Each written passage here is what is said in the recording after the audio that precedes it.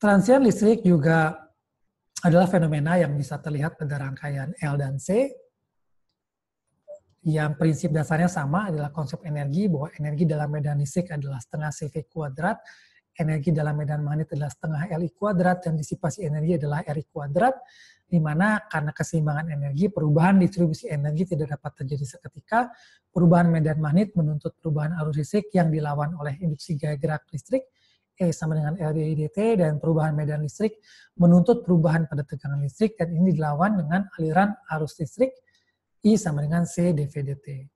Nah, ketika kita punya rangkaian L dan C, itu analoginya kita lihat di sini, jadi ada kapasitor dengan charge inisial Q0, kemudian ada induktor L, dan ada saklar yang menutup pada T sama dengan 0. Jadi analogi kapasitor di sini seperti pegas yang menyimpan energi pada kondisi diam atau statis. Jadi pegas itu menyimpan energi pada kondisi diam, baik dia termampatkan atau terenggangkan pada kondisi diamnya, pada kondisi statisnya, dan itu sama dengan kapasitor yang menyimpan energi pada kondisi statis, misalnya pada saat kondisi rangkaian terbuka. Dan analogi induktor itu adalah massa yang bergerak atau flywheel. Jadi flywheel itu menyimpan energi pada saat diam ada massa yang bergerak. Dan demikian juga induktor, dia menyimpan energi pada saat ada kondisi arus yang mengalir dalam bentuk medan magnet. Jadi kapasitor menyimpan energi dalam bentuk medan listrik, induktor menyimpan energi dalam bentuk medan magnet. Nah, ketika rangkaian tertutup, maka yang terjadi adalah siklus osilasi sebagaimana pegas.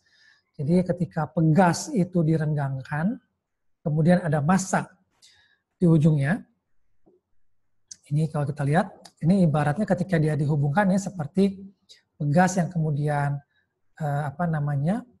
dia terenggang, dan ketika kapasitor itu discharge, ketika rangkaian tertutup, kapasitor discharge mengeluarkan muatan listriknya menjadi arus yang mengalir di induktor sebelah kanan.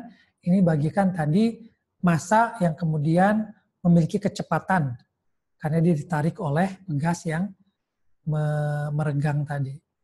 Dan arus ini kecepatan massa tadi tidak akan terhenti sampai pegas itu mampat dengan full.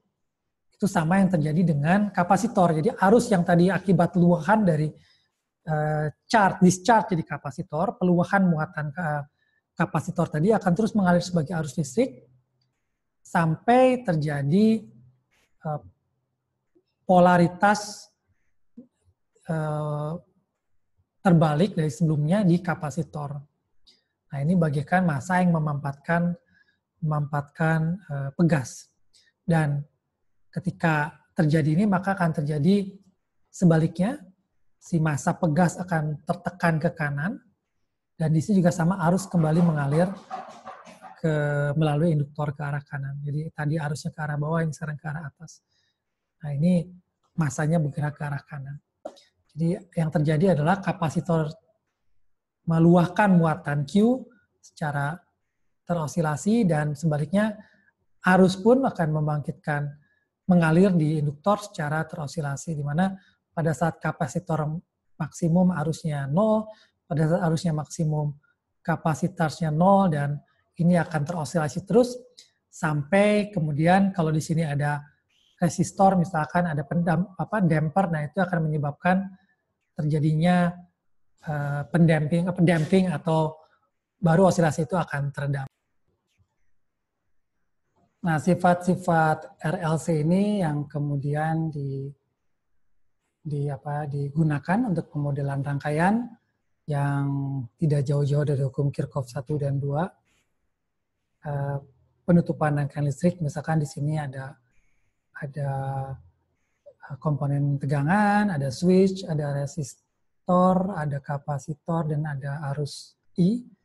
Jadi V-nya tentu saja di sini IR ditambah dengan 1/C integral dari I dt, Kirchhoff 1 dan 2 ya. Jadi sementara I-nya adalah dQ per dt atau C dV dt.